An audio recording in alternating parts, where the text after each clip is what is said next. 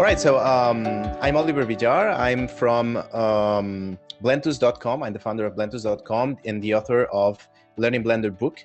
And I'm also a Blender Foundation certified trainer. That's difficult to say always, a lot of words together. Anyway, in this little talk, I will be covering some little aspects about cycles. We'll be doing a cycles demonstration, and I will show first how to create a custom shader. So let me just share my screen and let's get started because we don't have a lot of time. So let's share the screen.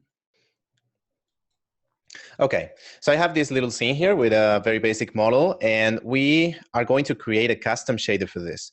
So one thing I wanted to point out before getting started is something that is commonly, it's a common error, especially between beginners, which is that sometimes when we have a material that has some part of reflection, what we do is try to tint that reflection in the color of the material. Like if we have a red plastic, we put some red reflections on it, and wow, it looks so amazing. The problem is it's not realistic, because I invite you to do this test now. I'm going to do it really quick, right? So we have time for questions later, or if I have some other demonstrations ready. So I invite you to just take a look around you, and anything that you have around you made of plastic, for example, or if you have anything, just if it's red plastic or if it's black plastic, if you move it or you change your point of view, you will see that the reflections are actually white.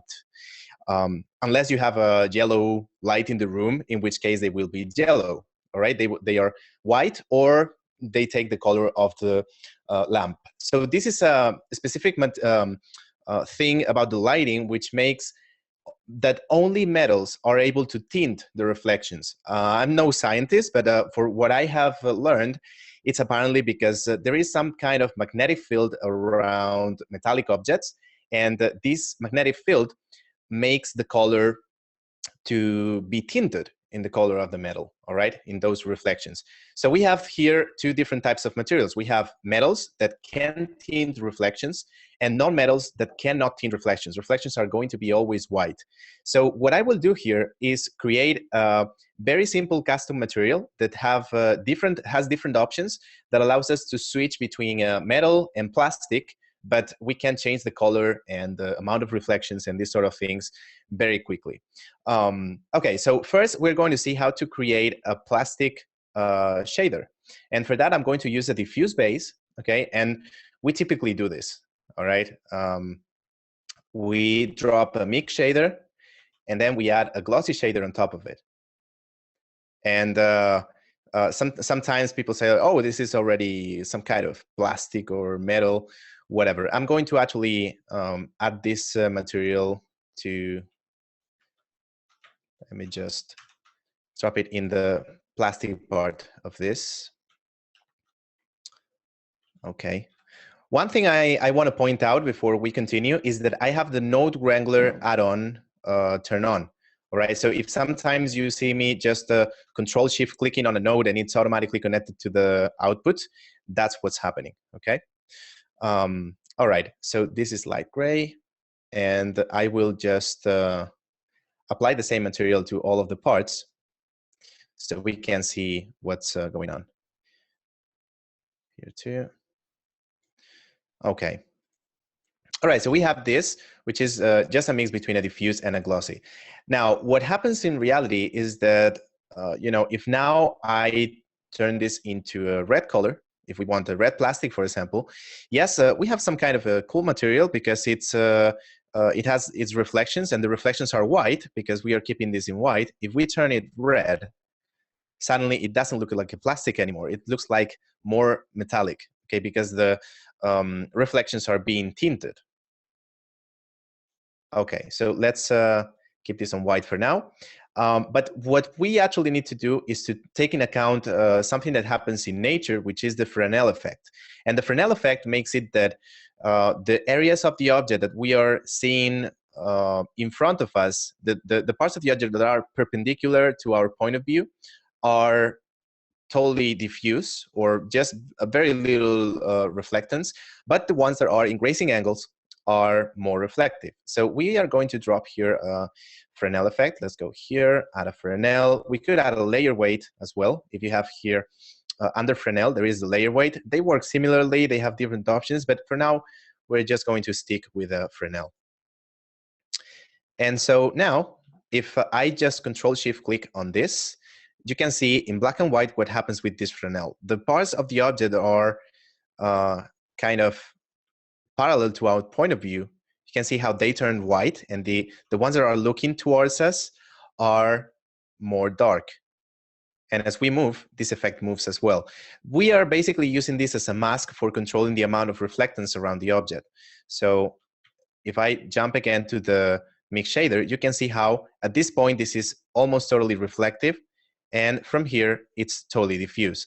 This has an advantage over using only the mix shader without this and just using the factor, and is that in order to let us see the reflection, it has to take away from the diffuse. So we are not totally seeing this red color, but when we drop this, we see more of the red color, and we only have some little theme for the reflections. Now I have to say before we continue that what I'm using here is this scene has a sun lamp, and it has, as you can see, an HDRI in the background. All right, so we have some nice reflections. So there you can see the reflections, and this is obviously too high. We need to put it in a rough. We add a little roughness to it. Okay, now the good thing about this is that if we were to say that these are reflections, all right, this is plastic, the reflections are going to be always white, but we can adjust its brightness to control the amount of reflections. So if we make it darker, we take reflections away from this mix, okay? And we let more red come through. And another cool thing is that we can change the color of the base. And if we want to make this plastic blue, for example, it's going to still be, you know, keeping the same reflections on top. So this would be it for the plastic material. Now we need to take a look at the metallic material, and I will keep it really, really simple. So I will basically just use a glossy material. All right, and this, you can see that out of the bat, it looks already like a metal. And if I change it to a color like I don't know, something like this, like to make it like golden, you can see how it you know, the reflections are tinted that color, and so it looks more metallic. And we have no diffuse at all, because metals, if we want to achieve a metallic effect with something like this, with the diffuse, the diffuse typically is actually black or almost black. What you see from a metal are basically its reflections. So that's why I'm going to keep it really simple. It would be actually more complex to make it real, but for now I'm going to just leave it as a glossy material. So now we are going to turn this into a node group, and this node group will have different options that will allow us to change between plastic and glossy and control the amount of reflections. So I'm going to just add another mix shader on top of this. There we go. Control it here. And so basically here we have all the options already. We can control the roughness, okay, if we want this to look more with you know, more needed reflections or rougher reflections. We can control the roughness here too, or we can control the amount of metal and plastic, because with this second mix shader that I added, I'm controlling basically the two inputs. In one of the inputs I have the plastic shader, and in the second one I have the metal shader. So by changing to 1, I see the metal only, and by changing to 0, I'm seeing the plastic only. Okay, but I want these two materials to share the color, for example, and the roughness. So it's easier to set up and just switch between plastic and metal very, very quickly. Oh, these are amazing presentations. This is a question. Well, the answer should be thank you then, I guess. Okay, so I'm going to switch to turn this into a node group. Let's select all these with a box selection, pressing B, and just press Control G.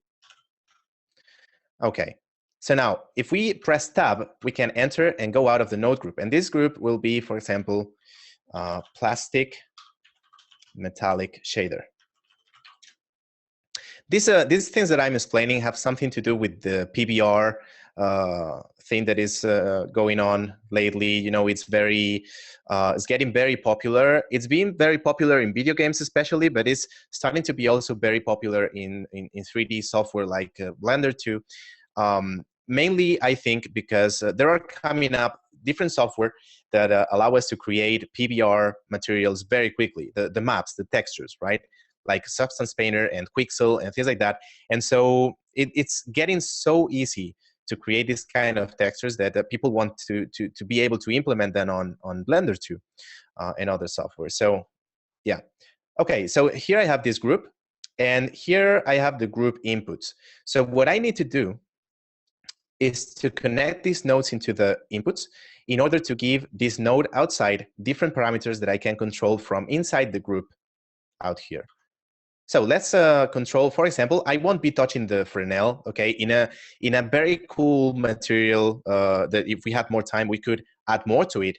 But right now, I only want to control the color, all right? So I will just connect the color to this input. So now I have here a color, okay? And I want to control the two colors of the plastic and the metal at the same time. So I just connect both of them in the same input, okay? So now if I go outside, I can change the color of both materials at the same time. Okay, now I want to control the roughness as well. So let's just put the roughness in there, and the roughness of the two of them will be connected to the same input as well. And finally, I want to be able to switch between plastic and metal. So let's connect the factor from the second mist shader into the group input. There we go. There we have a factor. Now I want to reorder and name these inputs so it's easier to understand what's going on. So let's go here, and I press End to open this this panel here, and I have the color, I have the roughness, and I have the factor. Now the factor at 0 is plastic, and at 1 it's metal. So I want to keep that order in the name. I can double click this name here to change it, or I can just click here and rename it, and let's call it plastic and metal. Okay, and I want this to be on top. So let's just put it on top there. All right. Now for the plastic, I want to be able to control the amount of reflections as well. So I will just select this color, but what I want actually is to be able to control a factor, not a color, because a color could be confusing, and I could accidentally add color to it when the plastic only has white reflections. So I will be just connecting here a factor, okay, something like a factor. You can see that the roughness is not a color, it's a factor. And so now I have a factor here, which is, if you can see here on the group node, the node group, sorry, this is roughness again, but it's a slider. And that's what I need. So I can only tweak between black and white. So I connect this to this color, all right? And instead of roughness, I will call it plastic reflections, for example. That's perfect. And so now if I go outside here to the node group, I could just tweak between plastic and metal. All right, I could change the color and make it, for example, blue plastic. Okay, so now this would be plastic. I can control the reflections amount. Okay, I can bring them down to 0 or just give them more weight. I could control the roughness. And this is somehow roughness. Okay, the roughness, I made a mistake here. I connected the roughness of the diffuse and not the glossy. Okay, so this is something I should do. We could control the roughness of the diffuse too, but don't really need to. So now you can see how the reflections of the plastic can also be very, very rough or less rough. Okay, and we can switch just to metal, and we are going to switch to a metal material, but it will keep the same same tweaks. It will keep the roughness, and the reflections only affect the plastic, so we don't need to care about that. But it also keeps the color. All right. So we already have our plastic metallic shader, very basic one, but hopefully you have learned some things about, the advantages of using node groups and group nodes or node groups. Yeah, node groups, I think it is. So that's pretty nice. And one of the other advantages of doing this is that you can actually just import this same node group from another file and reuse it very quickly. So you don't need to build all this setup again. This is very useful when you find yourself repeating different setups of nodes. You can just create a node group and just load it whenever you want to use it, because now if I, for example, go to a different object here, okay, this would be the red material and for these two buttons. So let's very quickly create it. I can just focus this camera here and just press Shift A. And now in the node list, okay, if we go to group, you can see that under this make group and ungroup, I have a list of the available groups in this file. So if I click this, I can automatically create this one, okay, this one that I created, and just drop it there. Now I can change the color, all right, and make it the color that I actually want. And I want it to be plastic. And the reflections, I want them to be quite high, but not rough at all. And there you have them. Very quick way of creating a material. I could repeat the same for the other objects. For example, this one, this is the gray material. So very quickly. And let me just explain one more thing here. If I go to this original group, I enter in it with Tab, press N to access the options. And there is something that is interesting here. We can control the default values when the material is created. So here in the color, I want to set it to white. So let's just set this to white. The plastic metal, I want it to 0. The roughness, I want it on 0.2, and the plastic reflections, I want it on 0.5. All right. So now, whenever I create this material again in another object, okay, like here in this pad, let's press Shift A, go to the groups, add the plastic material shader, connect it to the surface, and we are already seeing the basic setup. The default setup, which is, as you can see, these options at 0 and the color on white. Now, I can control, of course, the color. I want to make this darker, something like that. And I think these reflections are probably quite good, but I could take them off a little and increase the roughness, something like that. And we already have this material. We could repeat the same for the rest of the objects. I still have some time, so I will very quickly do it. This is the light gray, so let's make it just plastic, almost very basic reflections and a little bit of roughness. Okay, I could go to this other one and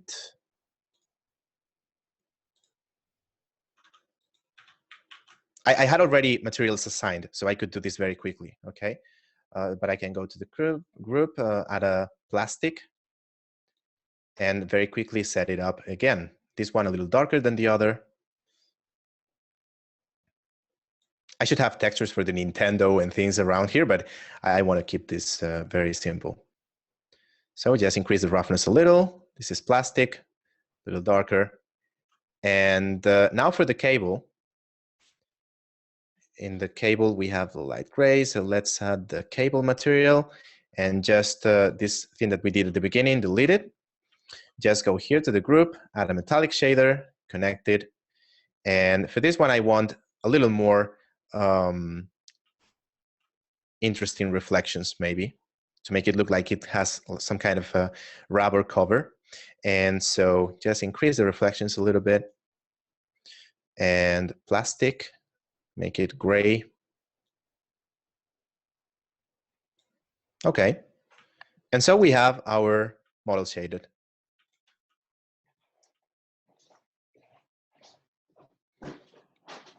There we are. You can see how quick it is to just shade a model once we have this kind of groups already created. Okay.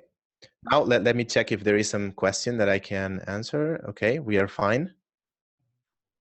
Oh, someone's talking in the chat. Yeah. Yeah, there was a question, and you know what Weston was talking about, and maybe you can answer this. During Sean Kennedy's presentation towards the end, there's a save node that he had created to encapsulate the functionality of what he had demoed.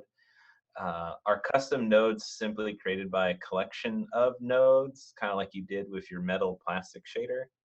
I don't know if that question makes sense, but what do you think?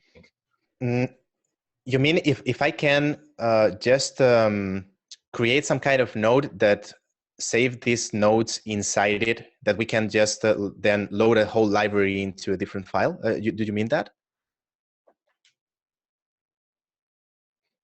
Because Yes. I know that, for example, okay, so let me just very quickly add a very quick setup here. Just, okay, this makes no sense. This one makes no sense, but just to have two different groups. Okay, so I have a group, this other one. I have two node groups, and this will be second group. What I can do is to just select both of these, nest them into another group. Okay, just have them there. We don't need to have them even connected, I think. And this one, I can call it node library. And so now if I save this file and I open a new file, I'm pretty sure I can, for example, append, and I can go to the, let me just find that model. Should be this one. I can go inside the blend file and add, for example, node tree, and I have here the node library. So just, I have all of them available, right? But if I just load the node library, all of them should be inside. So if I open this, maybe we can access to the node editor, use nodes, and when I press Shift A, I have here the node library, but I have the ones that are inside the node library too. Okay, so I can add the plastic metallic shader here, or I can add the second group that I created. Is that, does that answer the question?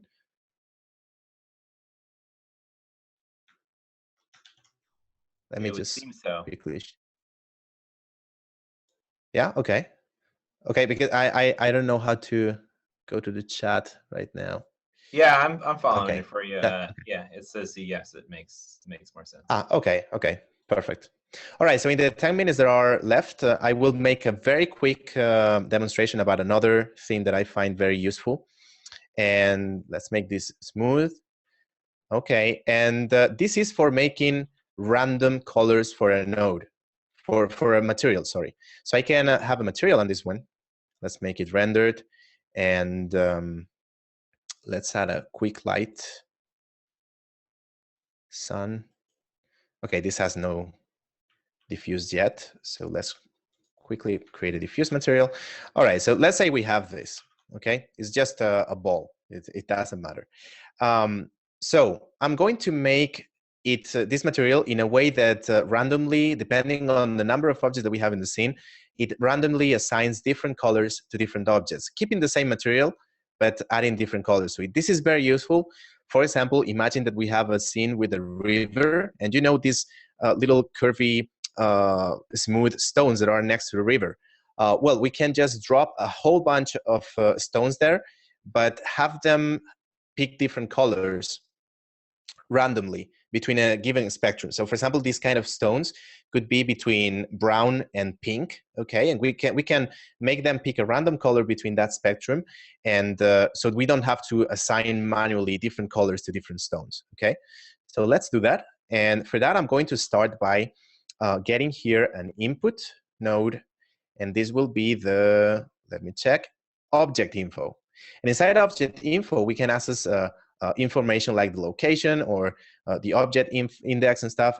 Based on the location, we can make an object change its some different parameters depending on its location on the world.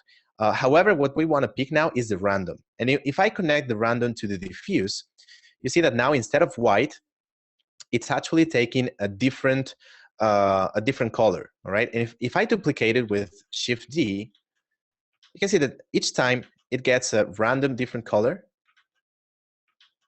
It's in sometimes it's very similar, but others is very different, okay? And these ones will be enough, I think. So you can see that basically what's happening is that they are picking randomly a value between black and white. So we can use this as a mask, okay? And we can basically just make this jump through a color ramp. I love this node. All right, so I drop a color ramp here in the middle. And so basically now we can control the colors that we have in these balls. So if I want them to be between red and green, for example, I just go here and set a red one, and the other end, I set it into green.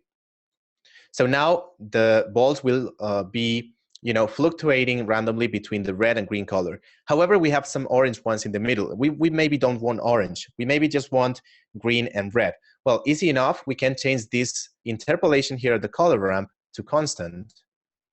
And so now when we move this slider here, you can see how we have only red and green ones. But the cool thing about this is that just sliding this, this value, we can increase or decrease the number of balls that have each one of the colors. You can see that here, we have very little balls with green and a lot of them with red. And if I just move this, it happens the opposite thing. Basically, here from 0 to 1, we have the percentage, let's say the number of chances, all right, the chance that a ball, when it's randomly picking a number, it picks red instead of green, for example. So in this case, it's 50%. So it's not totally accurate because this only means that randomly it has the 50% chances of picking this color, all right? But maybe it will pick another one. But still is pretty accurate. We could add colors to this. For example, we could add some blue ones, all right? So this is very, very handy for when we want different colors to be applied to different things. And obviously, we can use this node to mix it over a different image. So if we want, for example, in LuxScape, for example, I will give you an example that we actually did. We had a shelf with books. And so we made a few textures for these books. And what we do is composite these on top of the book texture. So we have different colors for the same texture in the different books, right? So yeah, it's pretty handy. Is there some question about this? There's what I think somebody was asking, not about this in particular, but about say a material for a TV that's emitting, the actual TV screen. How would you do that in Cycles? Would you do this material? Would you do that as a post effect? Did you mean okay? That's animated. So it's for making the texture for a TV. Is that it? Yeah, kind of I haven't how read it glows and stuff and everything like that. How would you do that? Okay. Okay, yeah. So you basically would attach an animated texture to an emit node on the TV. But the glows, for example, or if you want a halo around the TV or something like that, you would have to do it in post-production. So after you have the render, in the compositing nodes, you can create that glow effect, but not in the shaders. You can probably make some kind of volumetric stuff around the TV, but it will be much more difficult and time consuming in the render, most probably. Okay, so we have 5 minutes. Can I do a very quick, I'll try to be quick, a last demonstration before the Blender Institute comes in? Sure thing. Okay, so I'm going to create a node that helps us create banners. Okay, let's just quickly create here a different scene. I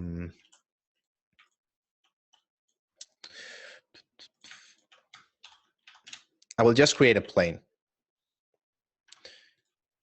All right. So this plane will be our banner. I will create a new material here, banner. All right. And I basically will use, again, the color ramp, but I will use a gradient here. So let's go to Shift A. And from texture, select the gradient texture. And now I will connect it here to the diffuse. So here we have a gradient, okay, that goes from black to white. We could, if we needed to rotate it, for example, we could add a mapping node here before this. And instead of just creating it manually, Node Wrangler has an option that allows us to create it very quickly with Control T, and it automatically adds a setup connecting the generated, or we could use the UBs as well, all right? But this time I will use the generated, and we could just rotate this. I don't know right now which this will be in, probably 90, no. This one, 90, no.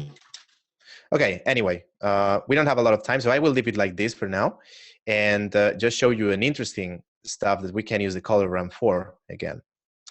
All right, so we have this gradient. The color ramp, basically what it does is convert a gradient into another gradient. So we have from black passing through gray to white. Okay, we're going to use the same interpolation that we used before. So now if we use the constant, you can see that basically we can tweak where the white starts, okay? It's taking basically the values of the original gradient and converting them to this new gradient. So here we could use, for example, I don't know, a banner, okay, whatever country. I'm not thinking about a particular one right now, but I'm thinking about something convenient that I will explain in a moment. So we can have different colors for this banner. Now, very quickly, let's say how to turn this into a group node that allows us to control these colors. Because, for example, we cannot, unfortunately, access to these different colors from outside, okay? Because we don't have inputs in the color ramp. We only have the factor, the gradient that we can input in. So what I will do is to control exactly this one so they are in the right position. So they will be at 0.33, and this one will be at 0.66. So we have a third of each color. Now, let's just tweak these colors. So they will be, let me just check this out. Okay, this is perfect because we have blue, red, and green. But I will just change them a little. So we have the red one first. We have the blue one later. Okay, just add a blue there. And just add green here. Sorry, actually the green should be in the middle. Okay, and the blue, the last one. All right, we have to make sure that these are the red and green in the blue one, for example, are on 0 and so on. Because now what we are going to do is to separate these colors. So when I go here, I can Shift A, go to Converter, add a separate RGB, and look how cool. Now I can access the different colors. If I switch through these outputs, you can see how I have a different mask for each one of the colors. So right now I can basically just create here two mix nodes. Let's go to color, add a mix RGB and another mix RGB. Okay.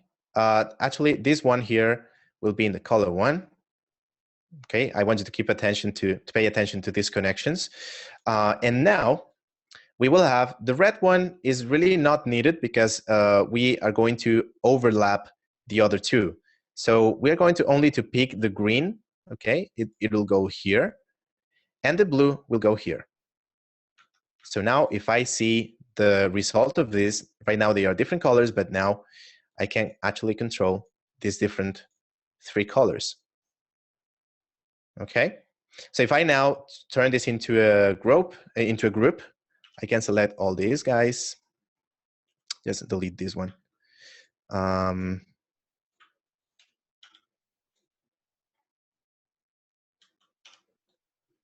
I can select this and turn this into a group with Control G.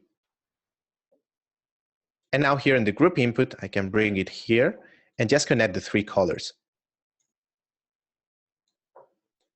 So I have color 1, color 2, and color 3. And right now from outside the group, I can control the different colors. Just connect it to the surface. And wait a second, I have to connect this output right here. And instead of R, I'm going to call it banner, for example. And so now somehow is not working properly. I don't know what happens. Wait a second.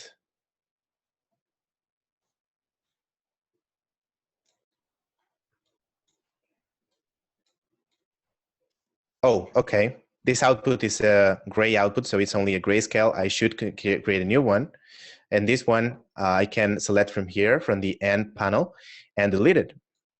And this one, I can call it banner now. And when I connect it to the diffuse, now I have control. And I can create, for example, the Spanish banner. Because I'm from Spain. I didn't say it before. And we have a Spanish banner. So it's you can see that the cycles is very, very powerful.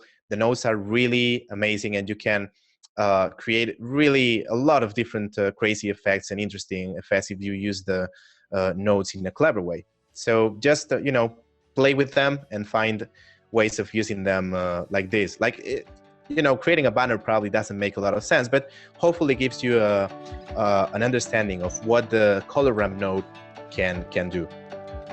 Cool. All right. Oliver, thank you very much. Clap out to you. Thank you. Thank you for having me.